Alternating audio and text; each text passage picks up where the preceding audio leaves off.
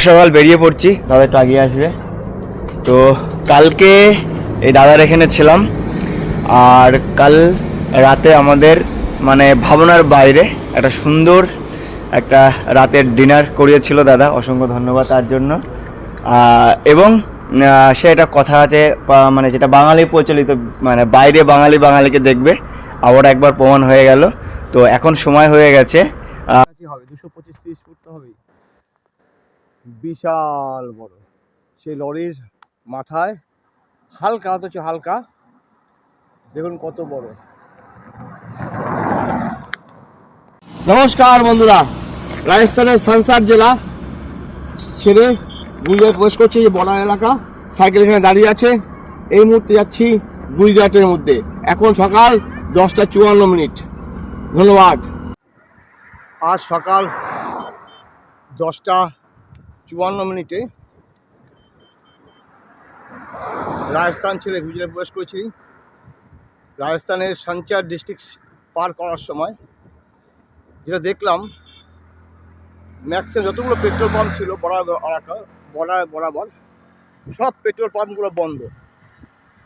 সব petrol pump বন্ধ হয়ে গেছে, কিন্তু গুজরাটে পেট্রোল পাম্পগুলো ভালোই চলছে বরাবর। এর পিছনে কারণ অনুসন্ধান করতে গিয়ে দেখলাম যে গুজরাটে রাজস্থানের থেকে পেট্রোল প্রতি 10 থেকে 11 টাকা কম, এবং ডিজেল প্রায় 3 থেকে 4 টাকা কম। যার জন্য বর্ডার এলাকায়, গুজরাট এবং রাজস্থানের বর্ডার এলাকায় পেট্রোল পাম্পগুলো বন্ধ রয়েছে, মানে রাজস্থানের পেট্রোল পাম্পগুলো বন্ধ আছে। আর এই মুহূর্তে আমরা কিন্তু রাজস্থানের পথে রয়েছে, গুজরাটের পথে আছি, গুজরাটের পথে এগিয়ে যাচ্ছি। এখন গুজরাটে আছি। সামনে এক্সপ্রেসওয়ে টোল ট্যাক্স, এই যে এক্সপ্রেসওয়ে বেরিয়ে গেছে। আমরা বাইপাসের পাশ দিয়ে যাচ্ছি, এক্সপ্রেসওয়ের পাশ দিয়ে যাচ্ছি। এই যে এক্সপ্রেসওয়ে,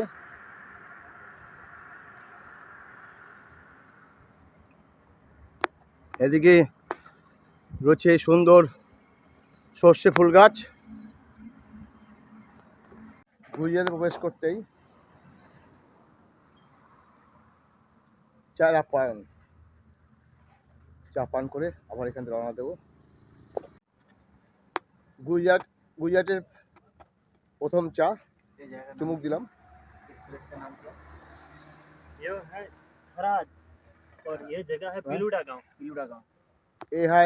এটা হচ্ছে পিলুরা গাঁও। প্রথম চায়ের আপ্যায়ন, চা পান করছি। পিলুরা গাঁও, এখান থেকে খুব কাছেই রয়েছে মঙ্গল সেনাই মাতাজি কা মন্দির। যত লোক এই রাস্তা দিয়ে যায়, जितना आदमी यहाँ पर जा रहा है, যেগুলো যাচ্ছে সব সেই মাতাজির মন্দির চতুর্দশী উপলক্ষে যায়, এবং এই ভাই সবাইকে চা পান করায়। দেখুন প্রচুর লোক যাচ্ছে এই চতুর্দশী উপলক্ষে। কালকে পূর্ণিমা, সেই উপলক্ষে প্রচুর লোক যাবে এখান থেকে, এবং প্রত্যেককে চা পান করা যায়। ভাই সবাই বসে গেছে চা পান করতে, সবাইকে চা দেবে এখন। আমাদের চা খাওয়া শেষ, আমরা এখন রওনা দেবো। जय माता जी के पास जा रहा है सब। পূর্ণিমার আগের দিন চতুর্দশী, সে উপলক্ষে মঙ্গল সেনার মাতাজি মন্দির দর্শনের জন্য হাজার হাজার পুণ্যার্থী এগিয়ে চলেছে। সামনেই মন্দিরটা, রাস্তা পুরো জ্যাম, দেখুন পুরো। আর পাশ দিয়ে চলে গেছে এক্সপ্রেসওয়ে, আর দেখুন এক্সপ্রেসওয়ের উপরে লোক উঠছে, আর পুরো ভর্তি। তাই এই ভিড় ঠেলে আমাদের এগিয়ে যেতে হবে। এখন প্রচণ্ড ভিড়, রাস্তায় পুরো জ্যাম হয়ে রয়েছে, দেখতে পাচ্ছেন। এটা সেই মাতা মন্দির দর্শন করার জন্য এই ভিড় ঠেলে এখন এগিয়ে যাবো।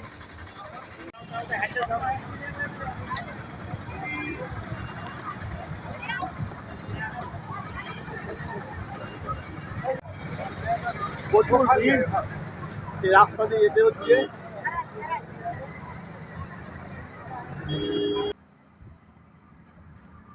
গুজরাটে আসতেই চোখে পড়লো প্রচুর ভ্যারান্ডা গাছের চাষ, আর পেলাম প্রচুর শস্যের ক্ষেত, সোনালি সবুজে আলোয় ভরে উঠেছে ক্ষেতটা, যেটা রাজস্থানে খুব কম পেয়েছিলাম।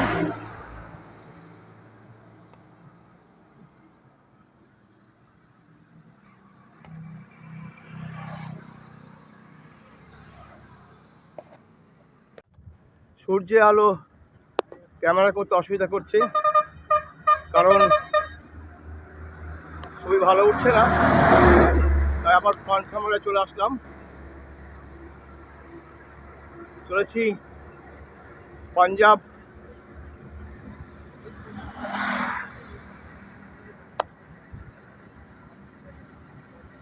জামনগর এক্সপ্রেসওয়ের পাশ দিয়ে সার্ভিস রোড ধরে।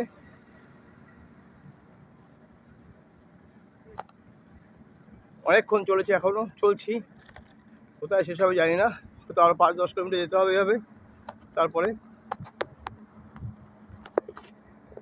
ভুট্টা চাষ হচ্ছে, আর দেখুন জলসেচ পদ্ধতি কীভাবে জল দেওয়া হচ্ছে। রাজস্থানেও এরকম জলসেচ দেখেছিলাম, কিন্তু ভালো পরিবেশ পাইনি ভিডিও করার মতন। আর এখানে মোটামুটি দেখা যাচ্ছে ভুট্টা চাষে কীভাবে জলসেচ করা হয়। শুধু না, সব জমিতেই এইভাবে পাইপলাইন কোথায় কলের মাধ্যমে জলসেচ করা হয়। এতে কিন্তু জল অপচয় কম হয় এবং কম জলে চাষটা ভালো হয়। এই দেখতে পাচ্ছেন এটা, আর ওই দিকে রয়েছে সর্ষের ক্ষেত, দেখতে পাচ্ছেন সবুজ, সোনালি সবুজে ভরা। এই আমি জামনগরে এসে গুজরাটে এসে প্রচুর সর্ষের ক্ষেত দেখতে পাচ্ছি, যেটা কিন্তু খুব কম দেখেছি, কয়েকটা ক্ষেত, মানে গুনে গুনে 4-5টা হয়তো হবে দেখেছি রাজস্থানের পথে। কত সুন্দর লাগছে দেখুন, কিন্তু নামার উপায় নেই সেখানে, কারণ হচ্ছে ইলেকট্রিক তার দেওয়া। কত সুন্দর সোনালি সবুজে ভরা, সোনা যেন ঝরে পড়ছে, দুর্দান্ত লাগে, দুর্দান্ত। আস্তে আস্তে হয়ে চলেছি, রাত্রে কোথায় থাকবো, আর এই ভাইয়ের সাথে দেখা, তারপরে হচ্ছে টিফিনটা করে নাও। এখানে আদেশ মন্দির যাচ্ছি আমরা, এখন আদেশ মন্দির খুঁজে যাচ্ছি, আর ভাইয়ের সাথে গিয়ে এই টিফিন করে আবার আদেশ মন্দিরে গিয়ে যাবো। গুজরাটে ভরাট শহরে পৌঁছে গেছি, আজকে এখানেই থাকার ব্যবস্থা করতে হবে, দেখি কোথায় রাস্তা পাই, তারপর এগিয়ে যাব। এই যে থরাট শহর, গুজরাটে প্রবেশ করার প্রথম দিন আজ, 30-35 দিনে গুজরাটের থরাট শহরে পৌঁছে গেছি। এই দেখতে পাচ্ছেন এটা,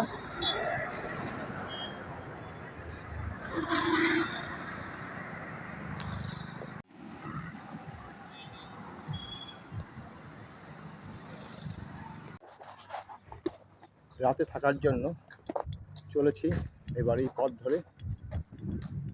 একটা মন্দির আছে যার নাম হচ্ছে আদেশ মন্দির, দেখি রাতে আশ্রয় পাই কিনা।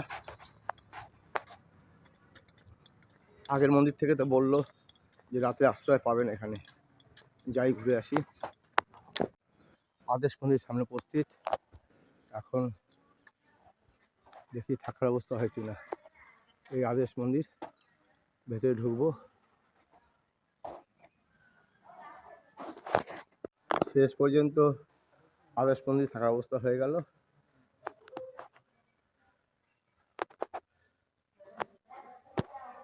এই আদেশ মন্দির, সাইকেলটা বাইরে রেখেছি, পরে দেখা যাবে কি করা যায়। আজকে রাত্রিবেলা এইখানে থাকবো, এই আদেশ মন্দিরে।